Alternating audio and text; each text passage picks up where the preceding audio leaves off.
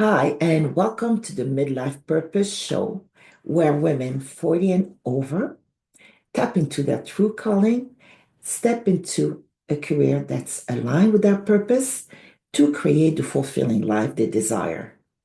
Hi, I'm Yannick Said, your host.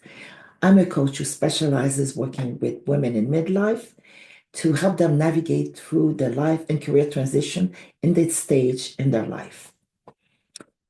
Myself, I have gone through several paradigm shifts throughout my career and my life, so I'm very well positioned to understand how women in that demographics is feeling and their challenges and help them to get to the other side and facilitate the transitions that they're going through.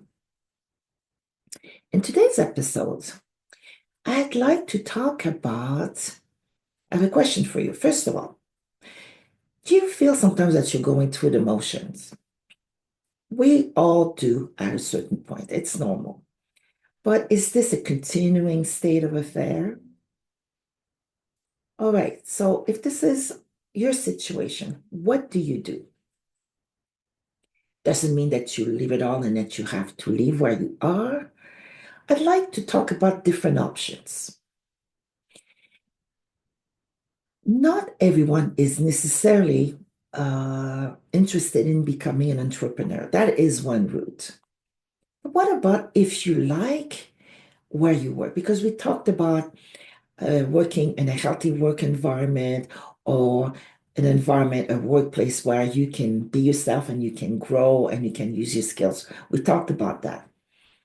What about if you are in a workplace that's healthy? You like where you work, you like the environment, you feel appreciated, and you do use your skills. You don't feel constrained. However, you still feel like you could do more, and that's okay. You don't necessarily need to live where you are. So let's talk about what we can do if this is a situation you feel that you're in. So first thing is to look at what is it that you think would make your work more interesting. All right, we talk about knowing where we are before we know where we want to go. So we already established you like where you work, but you feel like there's more. But what is that more look like? What is it that you think that you could do to enjoy what you work, where you work even more? Let's look at, why don't you, one possibility is maybe having a different task given to you to do, something totally different outside of your wheelhouse. If this is something you want to do to grow, besides going to school, we can grow by experiencing other situations. So, what do you think? What interests you? Where would you like to grow? So, that's the first thing to look at. Also, what is it that you want to uh, get to use? Okay, there's two. What you would like to learn, or there's something that you can offer. However, whatever your task or role is, you don't get to use that skill or that experience as much. So those are the two things you can look at. So having said that, once you figure out what you'd like to grow in, what area of the company or the organization you work in that you think might give you that extra satisfaction by learning what they do, also looking at what you have to offer that hasn't been tapped into that you could offer your organization. First thing is to know that, and then go see your manager and have a discussion along those lines. All right. So there are many options in order to accomplish that. You could look at being involved in a project in a field that you don't really work in, but you do have interest and you have some skills that you could transfer, hone them, and enhance them. So working with a different team or working in another division, even if it's temporary, it's not necessarily a permanent change because, like I said, sometimes individuals like what they do, but they feel like it could do a little bit more and add more. So we're not saying to throw everything out to the wind right now if you're happy and you just want more. Another thing is, again, temporarily go on assignment, working in another division somewhere else, or help them or help anyone with a special project where you can use the expertise that you don't get to apply as often. You can also look at collaboration because let's say your boss gives you a project and it could mean that the expertise of other colleagues or other divisions might help you. That's another option. Or why not be the one who spearheads and has an idea for a project that would benefit the corporation or the company that you work for, whether it's in the private sector or even in the public sector.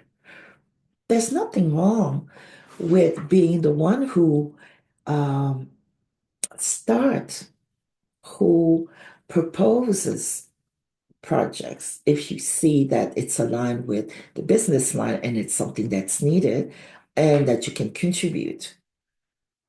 That shows initiative. And by doing so, you're showing a side of yourself to your manager that they might not know about. Think about that. Because by taking actions, there is a result, and from that, you can build on it. All right?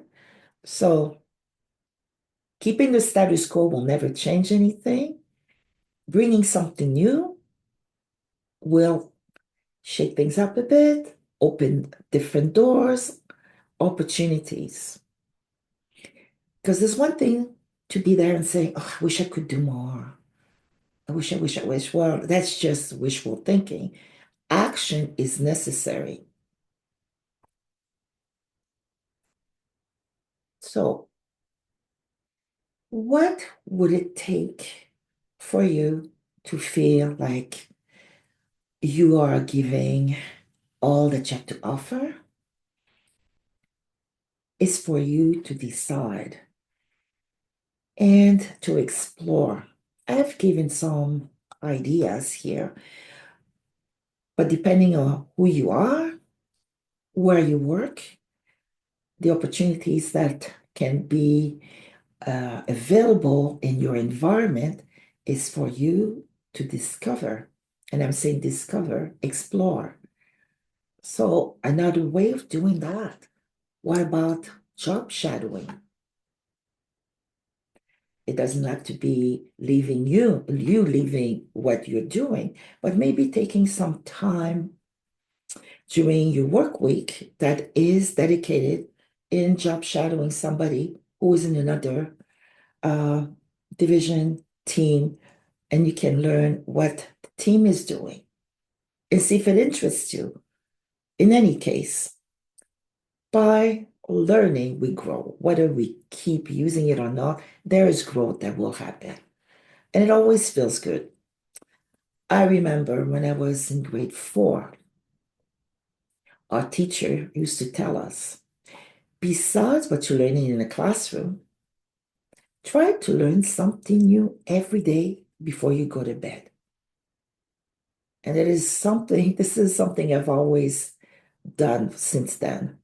And it doesn't have to be um, something that is very earth-shattering.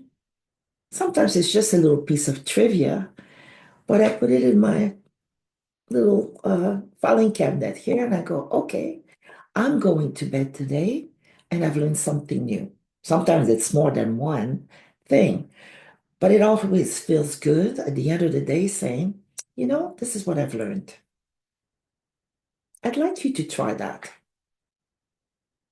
It doesn't have to be something spectacular. And also, that will give you an appreciation of what knowledge bank you are.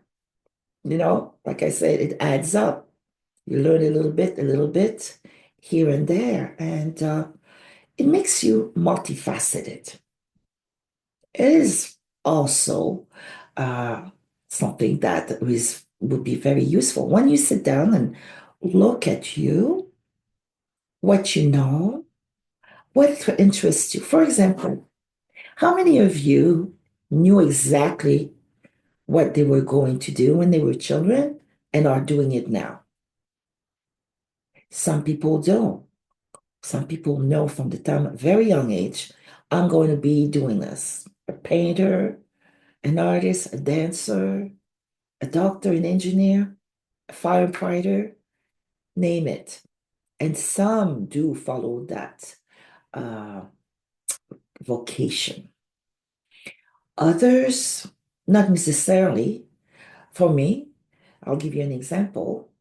I remember, I don't know about you, but back in the days, uh, the way they guided you towards a career or studies after high school was looking at your marks. What subjects were you strong in? And this is how they would, and maybe sometimes aptitude test that might be included in that. And they would say, oh, you should be doing this and you should be doing that. With me, I was supposed to go in health science because of my scores. But it was not really something that I was interested in. I didn't like hospital, so I didn't do that. I did try for a semester. But did anybody ever ask you, what do you like to do?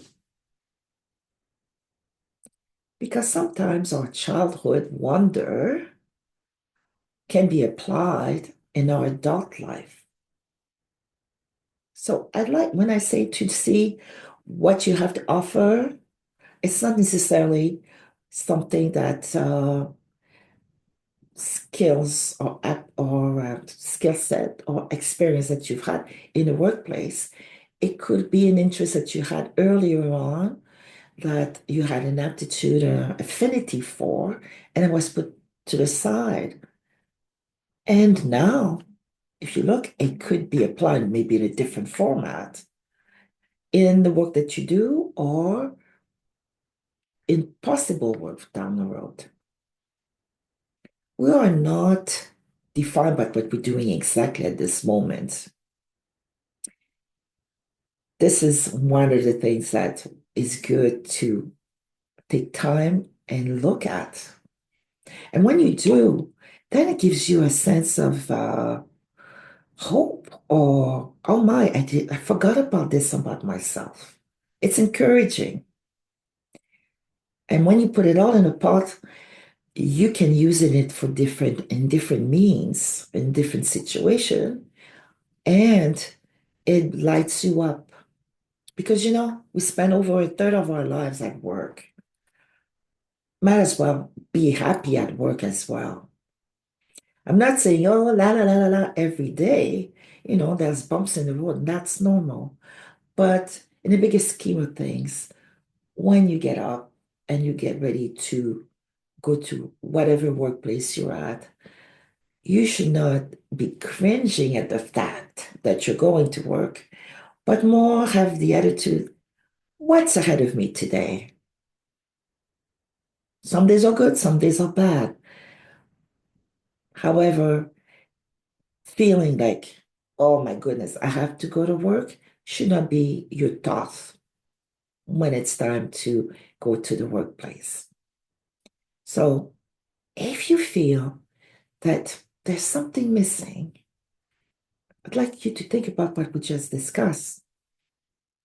And it's to see how you can turn things around because you have much more ability and power in changing your circumstance than you realize. Because, like I said, talk you to your manager and bring some suggestions after you've done the mental exercise. Because they might not have known this side of you, or they might think of, oh, you know what? There's this project coming up. You would be great. There would be a great thing for you to be on that project or to work on that team. Or this team is doing this. Maybe you could go and collaborate and work on that project with them. But if you don't discuss, if you don't ask, they don't know. Like I said, you have the ability to change your circumstances much more than you realize. So, on that note, what I'd like you to leave with is that first thing is assess what is it that you like? What is it that you would like to learn? And what is it that you have and do not have the opportunity to exercise, to apply? So that's first thing. Two, explore. Explore how you can add on to what you do to give you more satisfaction, the satisfaction that you would like to have in your workplace. And three is realize and understanding that you are the architect of your situation. Yes, we are a workplace. We are at a level. We have a position. Yes. However, you have the ability to change things or to add to it. All right? So I'll leave you on this to think about. Have a great week, and I will see you next time. Until then, please remember you are in control of your destiny. So don't forget to like and subscribe my channel so I can make more content for you. And have a great day.